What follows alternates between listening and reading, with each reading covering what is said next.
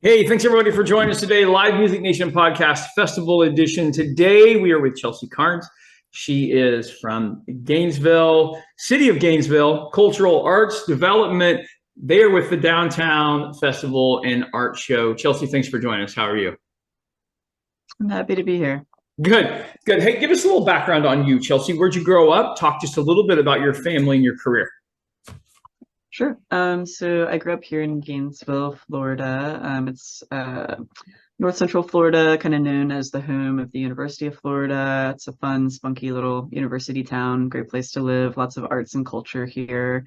My background, I am a musician and got into like event planning kind of by proxy of being a musician and playing at events, performing at events, kind of multi-instrumentalist. So I played in a lot of different bands, did a lot of touring, and through that was kind of exposed to the event world and stages and venues and promoters and things like that.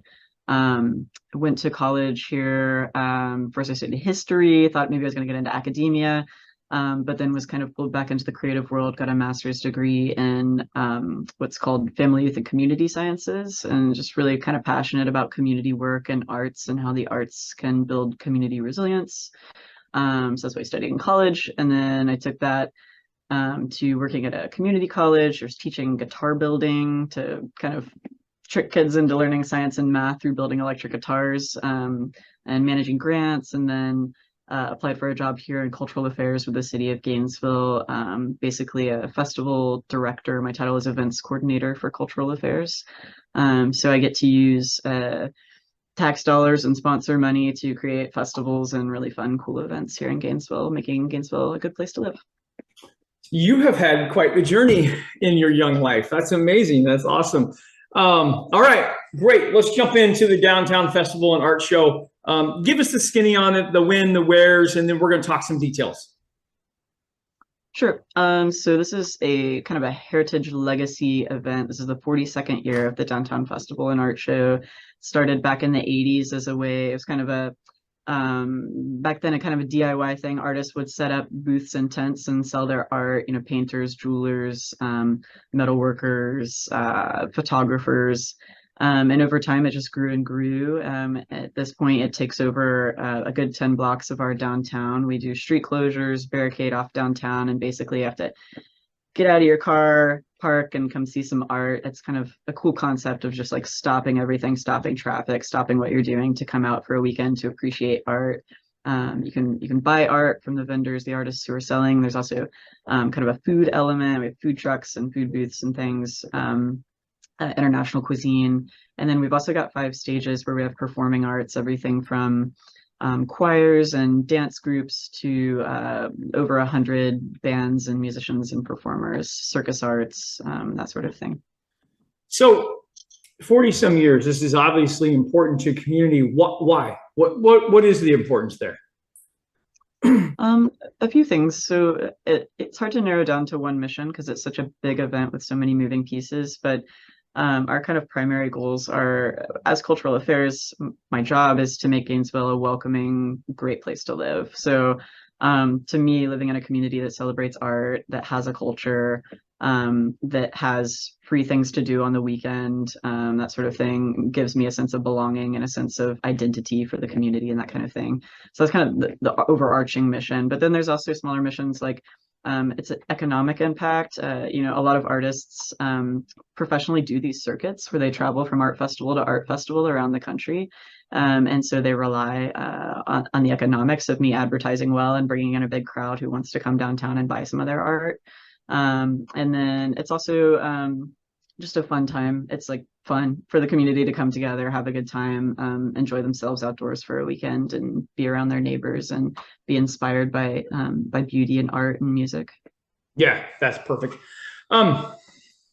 You've had a lot of jobs in the past. What makes this position so rewarding for you? It kind of ties together a lot of my major interests. Like I said, my background is in music, and so when I accepted this position, uh, the festival itself is primarily an arts festival, but I've been able to kind of use some of my music background to really hype up the musical aspect of it as well. We're working on getting some national headlining acts this year for the first time, so that's exciting.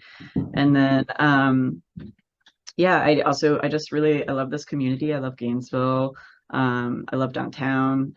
So it kind of, a lot of my kind of interests and background match up to make this job. I feel really lucky to have it. That's awesome. Okay, now listen. Couple of fun questions because we've talked a little bit about the festival, and it sounds tremendously diverse.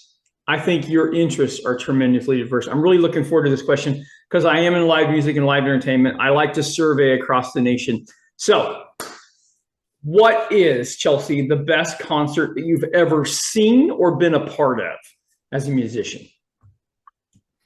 It's really hard. I go to a lot of concerts and I play a lot of concerts, but my favorite concerts are actually, I tend to avoid the big stadium, huge scene, thousands of people. I have a nightmare fear of crowd crush. Like Right. those tend to be the events that I avoid. I am way more into like bar, like sweaty little bar with people, a crowd of good friends packed in for a fun night on a Friday downtown. Like that's really my kind of concert scene. And I really, Gainesville's got a super rich culture of music and a great music legacy heritage as well. This is where Bo Diddley's from Gainesville. One of the guys from the Eagles is from here and has moved back here and still lives here. Tom Petty is from Gainesville. So we have a really kind of a proud music heritage here. And so my favorite shows to go to are just downtown, seeing local bands and local talent here in Gainesville. Okay, so if you picked one for me, what was your favorite? I can't answer that. Honestly, I can't answer that. There's too many. Okay. Second question would be, you could bring any act, dead or alive, to Gainesville for a concert to raise money for your community. Cost is not an issue.